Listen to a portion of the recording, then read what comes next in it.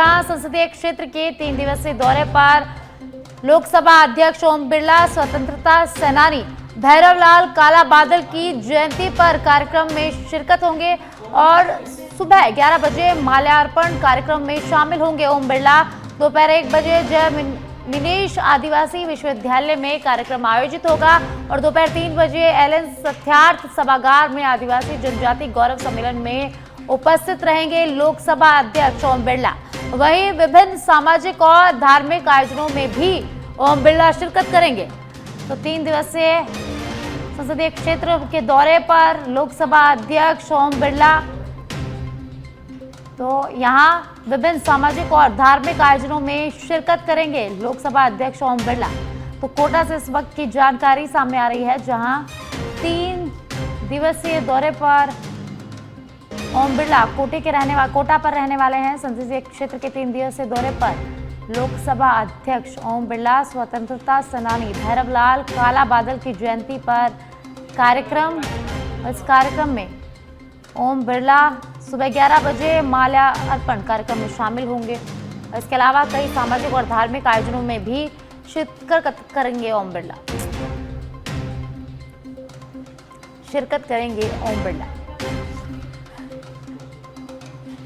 तो दोपहर 3 बजे एलन सत्यार्थ सभागार में आयोजित कार्यक्रम में शामिल होंगे। वहीं विभिन्न सामाजिक और धार्मिक आयोजनों में भी ओम बिरला शिरकत करेंगे, शामिल होंगे, उपस्थित रहने वाले।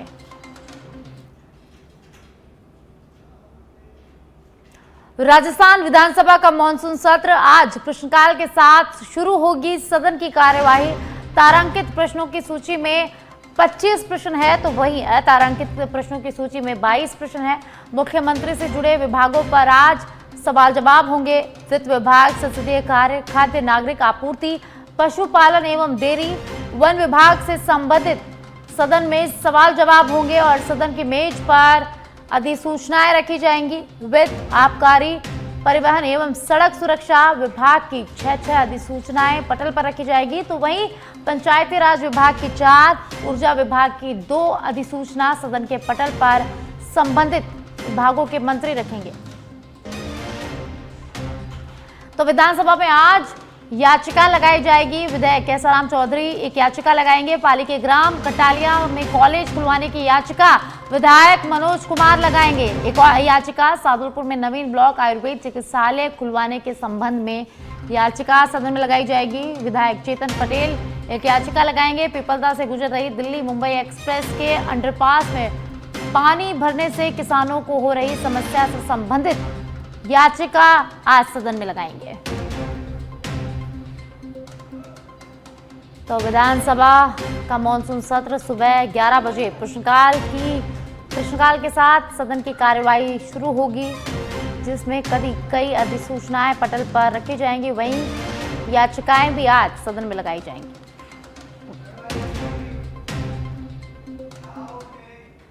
और आप सिरोही के पिंडवाड़ा से बड़ी खबर सामने आ रही है, जहां लेपर्ड के हमले से 12 वर्षीय बालिका की मौत हो गई।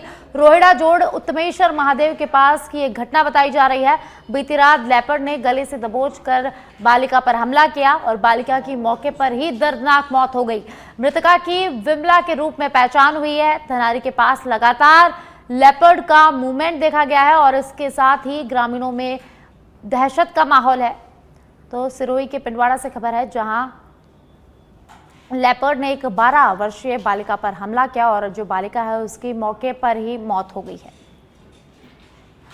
और ज्यादा जानकारी के लिए मोहम्मद यूसुफ मेरे सहयोगी मेरे साथ जुड़ गए हैं, जानकारी उनसे लेते हैं।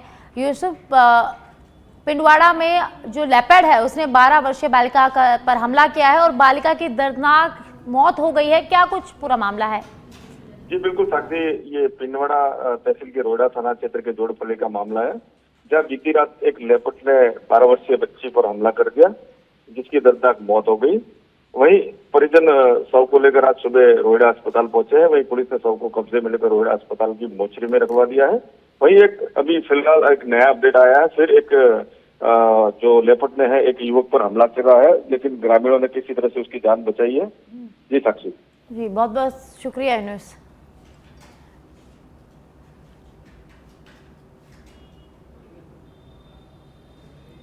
तो सिरोही के पिंडवाड़ा से खबर है, जहां लेपर्ड ने 12 वर्षीय बालिका पर हमला कर दिया और इस हमले पर मौके पर ही बालिका की दर्दनाक मौत हो गई।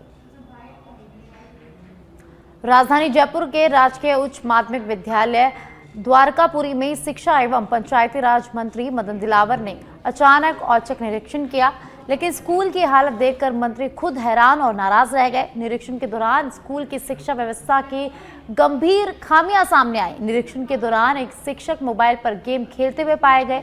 मदन दिलावर ने जब कक्षा में छात्रों से प्रार्थना सुनने को कहा तो बच्चे एक शब्द भी यहां नहीं बोल पाए हैं। ये देख शिक्षा मंत्री ने गहरी नाराजगी जताई और पूछा कि क्या स्कूल में प्रार्थना होती भी है या नहीं। वहीं कक्षा 9 के छात्रों से जब उन्होंने सवाल किया कि भारत के प्रधानमंत्री कौन है, तो कोई भी छात्र सही उत्तर यहां नहीं दे पाया। इस पर मंत्री ने कहा कि अगर ये हाल है तो शिक्षक स्कूल में क्या करने आते हैं। और साथ ही निरीक्षण के दौरान मंत्री को कक्षाओं में गुटखा के रैपर, चिप्स की थैलियां और गंदगी बिखरी हुई मिली। उन्होंने तुरंत स्कूल प्रशासन को सफाई व्यवस्था सुधारने और छात्रों को अनुशासन में रखने के निर्देश दिए।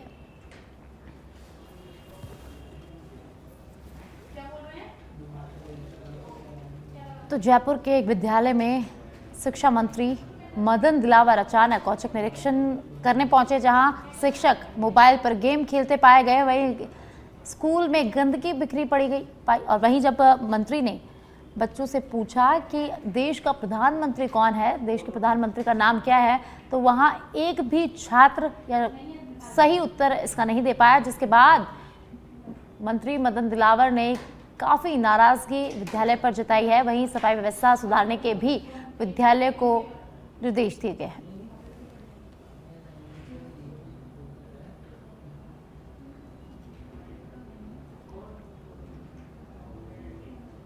और अब जयपुर से खबर है, जहां राजस्थान से भारतीय युवा कांग्रेस के राष्ट्रीय सचिव मानसिंह राठौड़ को युवा कांग्रेस के शीर्ष नेतृत्व की ओर से एक बार फिर से जम्मू कश्मीर युवा कांग्रेस प्रदेश प्रभारी की जिम्मेदारी दी गई है।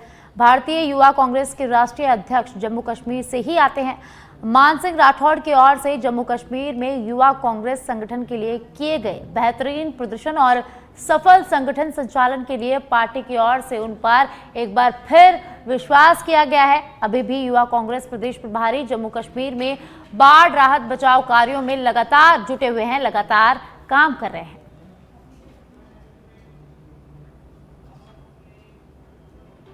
और अब खबर पाली के सुमेरपुर से है, जहां पश्चिमी राजस्थान का सबसे बड़ा जलस्रोत जवाई बांध अब अपनी भराव क्षमता के करीब पहुंच गया है।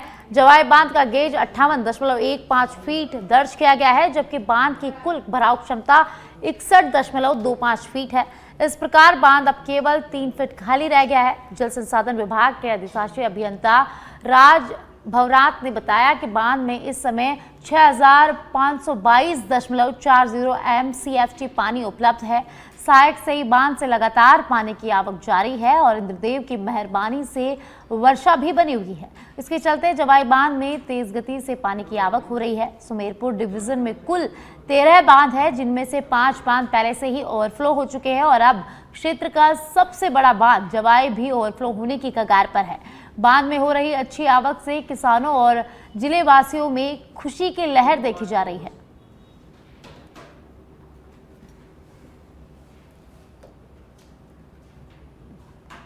तो पाली के सुमेरपुर से खबर है, जहां जवाई बांध में लगातार पानी की आवक हो रही है। और ज्यादा जानकारी के लिए मेरे सहयोगी अरविंद मेरे साथ जुड़ गए हैं, जानकारी उनसे लेते हैं। अरविंद, जवाई बांध में लगातार पानी की आवक हो रही है, जवाई बांध अपनी भराव क्षमता से सिर्फ 3 फीट खाली रह गया है, क्या कुछ ज्यादा जानकारी है? मैं बताना चाहूंगा कि जोधपुर संभाग का सबसे बड़ा बांध जवाई बांध भराव क्षमता से सिर्फ 3 फीट दूर है और जवाई बांध में पानी की आवक तेजी से होने के कारण जवाई का गेज तेजी से बढ़ा है और जवाई बांध 58 फीट पार हो चुका है और जवाई बांध की भराव क्षमता कहे तो 68.25 फीट की है और जवाई बांध में लगातार पानी की आवक और मानसून भी अभी सक्रिय दिखाई दे रहा है और जवाई बांध के जल्दी फाटक खोलने की भी संभावना बनती जा रही है और फाटक खोलने को लेकर अहोर विधायक सगन सिंह राजपूत ने भी विधानसभा में मामला उठाया है और जल्दी से जल्दी फाटक खोलने की वो मांग उठाई है। लेकिन लगातार जालौर के किसान भी लगातार मांग कर रहे हैं कि जवाई बांध के फाटक खोले जाए, क्योंकि जवाई बांध 58 फीट पार हो चुका है और जवाई बांध के ज्यादा बारिश होती है तो एक साथ में सभी फाटक खोलते हैं, तो बाढ़ जैसी स्थिति जालोर जिला हो या पाली के कुछ गांवों में देखने को मिलती है, जिसके कारण लगातार प्रशासन भी अब अलर्ट हो चुका है। प्रशासन द्वारा 2 दिन पहले ही समीक्षा बैठक की है कि जवाई बांध के अगर फाटक खुलते तो क्या तैयारियां करनी चाहिए, उसको लेकर प्रशासन भी अब अलर्ट मोड पर दिखाई दे रहा है और लोगों से अपील भी की जा रही है कि अगर फाटक खुलते तो नदी नालों से दूर जाने की बात की है, उनको सुरक्षित स्थान पर रहने की बात की जा रही है। लेकिन जवाई बांध भराव क्षमता की और 90 बार फाटक पहले खुल चुके और इस बार अगर खुलते तो 10वीं बार जवाई बांध के फाटक खुलेंगे। और जवाई बांध बनने के बाद 1957 में जवाई बांध बना था, करीबन 2 करोड़ 25 लाख की लागत से ये जवाई बांध बना था और जवाई बांध बनने के बाद 10वीं बार इस फाटक खुलने की अब संभावना तेज हो चुकी है। जी, बहुत बहुत शुक्रिया अरविंद इस तमाम जानकारी के लिए।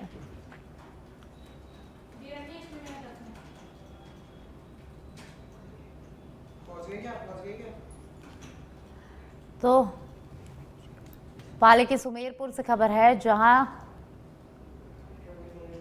जवाई बांध में लगातार पानी की आवक हो रही है। और अब करौली से खबर है, जहां इस बार मानसून ने करौली जिले पर खूब मेहरबानी बरसाई है। झमाझम बारिश ने जिले के बांधों और तालाबों को लबालब कर दिया है, जिससे दशकों तक पानी को तरसते रहे बांधों में हिलोरें उठ रही हैं। हिंडौन के सबसे बड़े जगर बांध सहित जिले के 7 बांध ओवरफ्लो होकर बह रहे हैं, जिनमें से कुछ में 3 दशक और कुछ में 2 दशक बाद यह खुशी देखने को मिली है। बांधों के भरने से किसानों और ग्रामीणों के चेहरे खिल उठे हैं। हालांकि इस खुशी के बीच भारी बारिश ने कुछ मुश्किलें भी यहां बढ़ा दी है, खड़ी कर दी है। जगर बांध से पानी के तेज बहाव के कारण करसोली करवाड़ी की पुलिया पूरी तरह से टूट गई है, जिससे सैकड़ों गांवों का संपर्क टूट गया है। इस मार्ग पर आवागमन पूरी तरह से ठप हो गया है और स्कूलों में बच्चों की छुट्टियां घोषित कर दी गई है। करौली जिले का दूसरा सबसे बड़ा बांध जगर बांध है और जगर बांध अब ओवरफ्लो होकर के बह रहा है। करीब 6 से 7 इंच इसकी सपाट पर चादर चल रही है और करीब लगभग 36 से 37 गांवों को यहाँ के जो है ये सिंचाई का ये पानी मिलेगा। इससे शहर सहित हिंडौन के शहर है, उस शहर को पूरी तरह से भरपूर मात्रा में पीने का पानी भी मिल सकेगा, सिंचाई का पानी मिल सकेगा।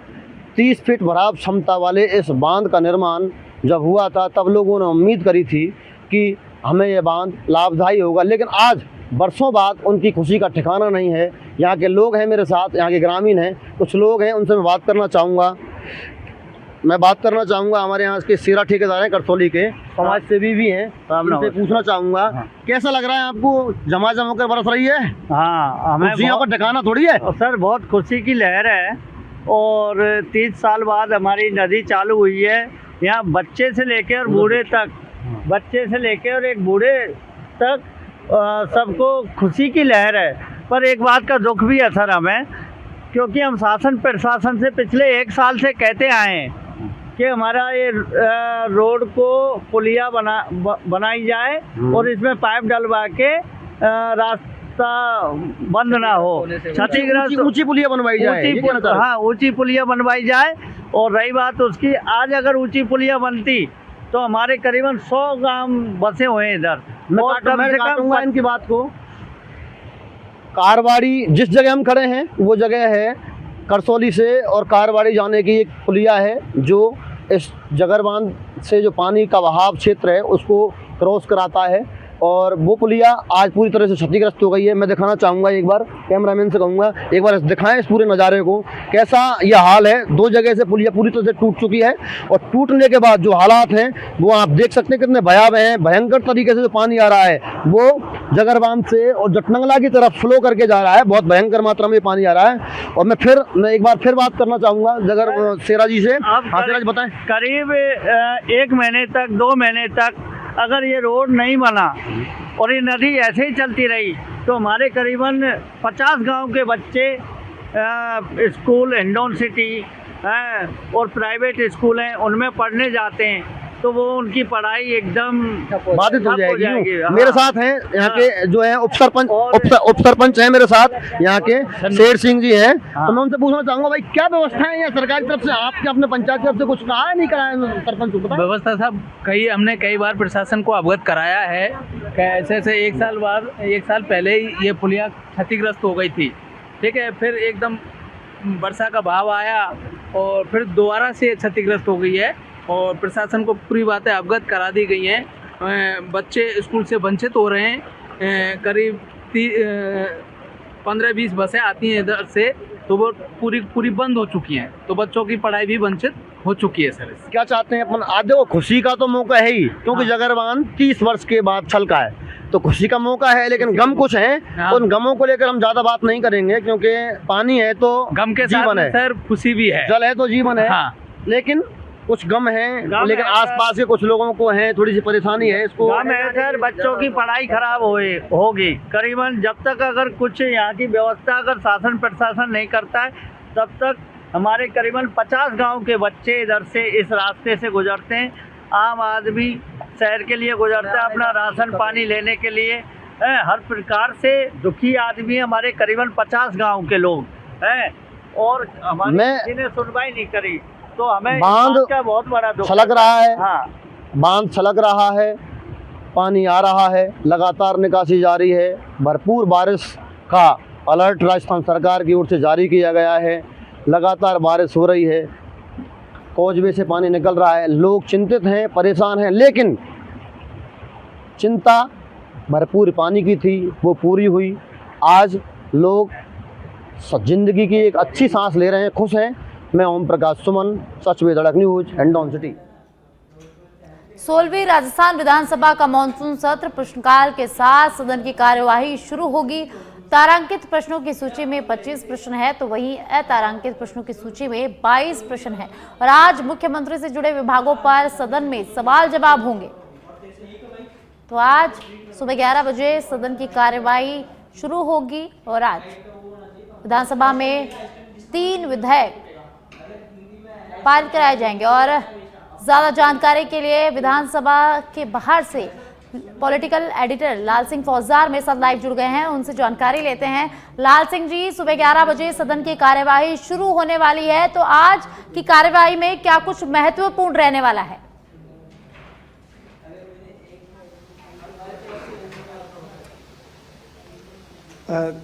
देखिए साक्षी, प्रश्नकाल के साथ यानी 11 बजे से विधानसभा की कार्रवाई शुरू हो जाएगी। 11 बजे से 12 बजे तक प्रश्नकाल रहेगा, जिसमें 24 तारांकित और 25 अतारांकित प्रश्न है। मुख्यमंत्री के विभाग, आबकारी विभाग, गृह विभाग, इन तमाम विभागों से जुड़े हुए आज सवाल विधायकों ने लगाए हैं। विधायकों के सवालों का जवाब संबंधित विभागों के मंत्री देंगे। सबसे खास बात यह है कि इसके बाद शून्यकाल शुरू होगा। आज कुछ याचिकाएं रखी जाएंगी। इसके साथ ही एक बिल जो महत्वपूर्ण विधेयक रखने वाला है, वो महत्वपूर्ण, हालांकि 2 बिल रखे जाएंगे, लेकिन महत्वपूर्ण बिल की अगर हम चर्चा करें तो वो बिल रहेगा कारखाना बिल, यानी कि राजस्थान कारखाना संशोधन बिल जो आ रहा है वो महत्वपूर्ण रहेगा। वो पूरे एक तरह से मैं कह रहा हूँ कि बहुत बड़े वर्ग को प्रभावित करता है। श्रमिक वर्ग उससे प्रभावित हो रहा है, कंपनियां उससे प्रभावित हो रही हैं, संस्थान उससे प्रभावित होंगे, और संस्थानों में काम करने वाले कर्मचारी उससे प्रभावित हो रहे हैं। ऐसे में उस बिल पर सभी की निगाह है, और जब वो बिल आएगा तो विपक्ष के तेवर भी आपको देखने को मिलेंगे। क्योंकि अब तक जितने भी बिल आए हैं साक्षी, खास बात यह है, चाहे कोचिंग कंट्रोल वाला बिल आया हो, चाहे वो रिम्स वाला बिल आया हो, उन सभी बिलों को लेकर विपक्ष ने कड़े तेवर दिखाए हैं, और सरकार को बिल्कुल भी इस बात के लिए उन्होंने धन्यवाद नहीं दिया है कि आप जो बिल लाए हैं वो जनता के हित में लाए हैं। यानी कि विपक्ष पूरी तरह से तैयार है, अपनी रणनीति पर वो काम कर रहा है। इसके बाद ही मानसून सत्र को लेकर विपक्ष ने जो रणनीति तैयार की है, हर दिन सरकार को घेरा जाएगा, सदन के बाहर भी और सदन के अंदर भी। जैसे कि आपने कल देखा, झालावाड़ में बच्चों की मौत के मामले को घेरा गया। इसी तरह आज किसानों के मुद्दे को लेकर कांग्रेस हमलावर रहेगी। जैसा कि उनकी प्लानिंग है, वो आएंगे, तख्तियां लेकर आएंगे, यहाँ पर प्रदर्शन करेंगे, और उसके बाद सदन में उसको पुरजोर तरीके से मुद्दे को उठाएंगे। क्योंकि हाल ही में लगातार जो बारिश का दौर चल रहा है, उससे लगातार हो रही नुकसान, लगातार किसानों को नुकसान की भरपाई की बात आ रही है। मुआवजा अभी तक नहीं दिया गया। हालांकि सरकार ने 3 दिन का इसमें सर्वे करने के आदेश मुख्यमंत्री को दिए जा चुके हैं, और सर्वे रिपोर्ट आने के बाद जितना नुकसान होगा उसकी भरपाई के लिए मुआवजा दिया जाएगा। लेकिन चूंकि विधानसभा का सत्र है, तो ऐसे में विपक्ष भी अपने मुद्दों को जनहित के लिए उठाएगा। विपक्ष पूरी तरह से ये चाहेगा कि बताना कि प्रयास करेगा कि हम जनता के साथ हैं, जनता के मुद्दों को हम उठा रहे हैं। लेकिन सरकार भी पूरी तरह से तैयार है विपक्ष के हमलों का सामना करने के लिए। चाहे मुद्दों की बात हो, चाहे वो बिजली की बात हो, चाहे मुआवजे की बात हो। कल का भी जैसे मैं उदाहरण दूं कि लगातार जब कोचिंग बिल को लेकर ये बात कही जा रही थी कि इसमें जो प्रावधान किए गए वो गलत किए गए, तो इस पर भी कहीं ना कहीं कांग्रेस दो फाड़ नजर आई। और सबसे बड़ा तो स्मार्ट मीटर को लेकर देखने को मिला साक्षी, जब स्मार्ट मीटर को लेकर कांग्रेस विरोध कर रही थी, लेकिन वहीं कुछ कांग्रेसी उनके पक्ष में भी नजर आए। जी साक्षी। जी लाल सिंह जी, 3 दिन लगातार हंगामे रहे, तो आज भी हंगामे के आसार है सदन में, विपक्ष पूरी तरह से तैयार है।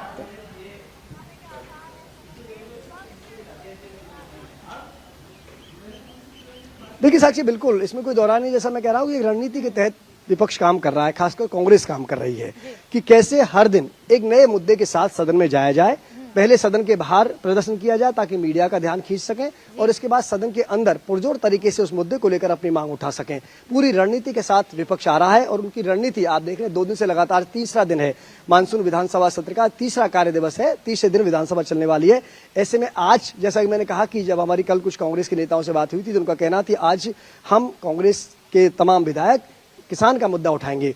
आज इसमें कोई दौरा नहीं है, जैसा मैं कह रहा हूं कि पूरी रणनीति के साथ विपक्ष उतरा है, तो हंगामे के आसार पूरी तरह से बनेंगे। लेकिन मैं फिर इस बात को कह रहा हूं कि सदन के अंदर किस तरह की तस्वीर देखने को मिलेगी, ये देखने वाली बात हुई, क्योंकि विपक्ष लगातार 2 दिन से हम देखे हैं, विपक्ष ने हमला किया है, चाहे वो विधेयक के दौरान की बात हो, चाहे प्रश्नकाल के दौरान की बात हो, चाहे शून्यकाल के दौरान की बात हो, विपक्ष ने अपने तेवर कड़े दिखाए। यहाँ तक कि कल तो बड़ी शर्मसार स्थिति होने से बची थी, जो तमाम दर्शकों हम लगातार अपडेट कर रहे हैं कि कैसे एक मंत्री और नेता प्रतिपक्ष टीकाराम जूली के बीच हाथापाई की नौबत आ गई थी, लेकिन वो तो ठीक है, समय रहते उनको रोक लिया गया।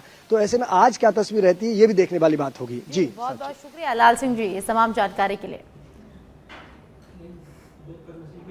तो लगातार, और अब सीकर के श्री माधोपुर से खबर है, जहां लगातार हो रही बारिश से आमजन अस्त व्यस्त हो गया है। आज सुबह से ही मूसलाधार बारिश का दौर यहां जारी है। निचले इलाकों सहित गली मोहल्लों में बारिश का पानी भर गया है। बारिश के साथ ही तापमान में भी यहां गिरावट दर्ज की गई है। मौसम विभाग का बारिश को लेकर अलर्ट भी श्री माधोपुर में जारी किया गया है। सीकर के श्री माधोपुर से खबर है, जहां अल सुबह से ही मूसलाधार बारिश का दौर जारी है, और भारी बारिश के चलते यहां जनजीवन पूरी तरह से अस्त व्यस्त हो गया है। बयाना के बाड़ी क्षेत्र में स्थित प्राचीन गोविंद देव जी मंदिर में जल झूलनी एकादशी के पावन अवसर पर यदुवंशी सैनी समाज के तहत विभिन्न धार्मिक और सांस्कृतिक कार्यक्रमों का आयोजन किया गया।